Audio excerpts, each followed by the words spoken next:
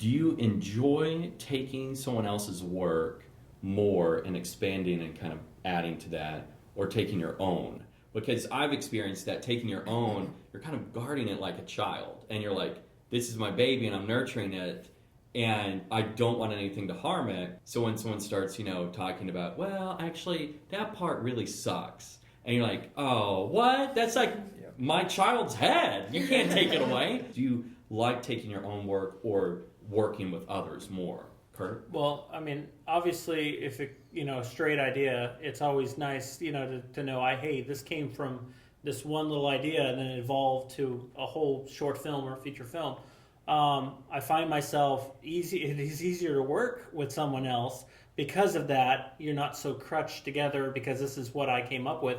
It's easier to say, oh, well, I have a good idea from what you did, but it always seems to be harder to have ideas off of what you had. It's like, I think mine's set, Yeah. And so I find it easier to work with other people and branch off. And it's inspiring. It's super inspiring because you get these different ideas and voices that are coming to you. Lex, do you enjoy taking a script and kind of reading it for what it is, or do you end up adding a lot of things? Do you do a lot of improv and injecting part of yourself into this character to make it something that is a little different than what was written? Well, I don't, add any lines or anything, but I certainly put myself in the character. Mm-hmm. I don't know how I would do it if I didn't. And I definitely prefer working with a group, bouncing ideas off of everyone. Yeah, my favorite part is the collaboration. So forming an idea, bouncing off of your peers, especially if they have the same taste, kind of the same mindset as you do. It's really gratifying to get something that's in here into a box, you know what I mean? Mm-hmm. And showing that to everybody. I'm this guy. When I have an idea, I'm just being real. You safeguard it. I do safeguard it, but it's just so important to me. You know what I mean? But at the same time, I need to step out of that zone a little bit, and this year I plan on doing that.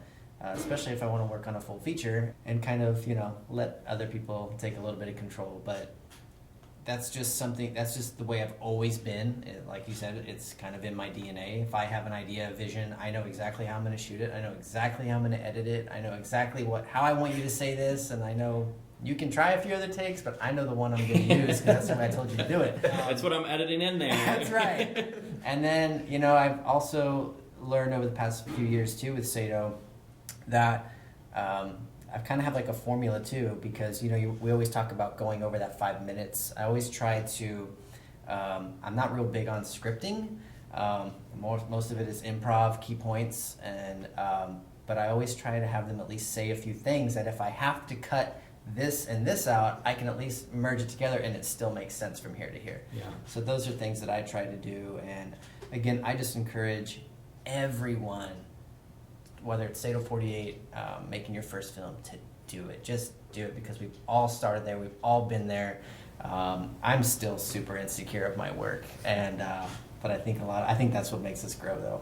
I think we all are in that sense, because we end up, regardless of what it might be, there's always going to be something that you're looking back, you're like, man, I could have done this, or I could have done that. Right. But it's simply doing it, and sometimes those mistakes end up being one of the best parts of it, in a sense. And there's always an audience for everyone.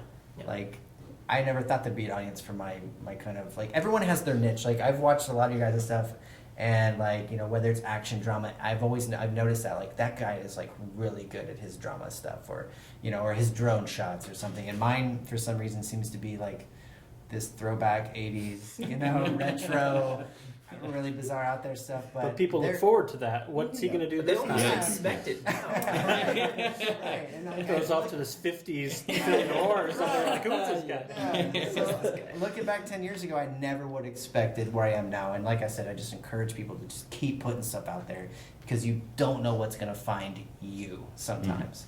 So you end up having some of those audience members talking of that, plus the live reaction of screenings. There are a lot of things that you will work in there, and you're waiting for a response, and then sometimes you don't get it, or at least it's more muted. Like it's more quieter. And then there's like a response that you're like, eh. And then it's like draws huge laughs, or you end up getting people who are like in love with that. You never really know that until that actually screens and you end up showing that to them. And the audience doesn't lie. That's right. Well, it's like the Sam Walton thing, saying that the customer's always right. And since the audience, in that case, everyone has a different interpretation of what you're trying to get across. It could be a character, it could be a story, it could be the way someone responds to a scene, and you're like, oh, well, she's in love with him. And then it's like, no, actually, we wrote it to be like, she hated him, but you're right, because technically they are. Right. Because it's all depending on what the viewers, the audience sees. It is whatever you perceive it to be. Yeah.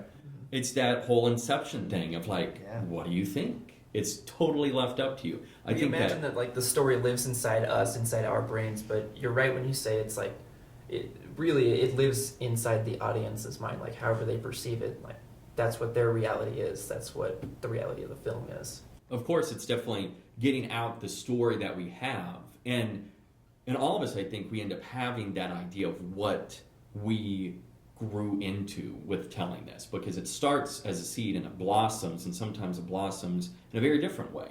And so for that, whenever the story expands and it becomes the sponge in a sense, you have an idea, but there are previous audience members who have approached me like, oh yeah, it meant this. I'm like, huh, yeah, I guess you're right. That's true.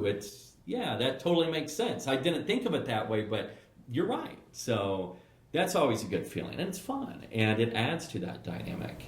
Yeah, and I mean, 2 years ago we accidentally made a film about a gay couple. So it started. Very true. So Wasn't expecting We that. found out that hands mean a lot more than just hands. yeah. Okay. They That's interpreted it differently. It's very intimate. Yeah.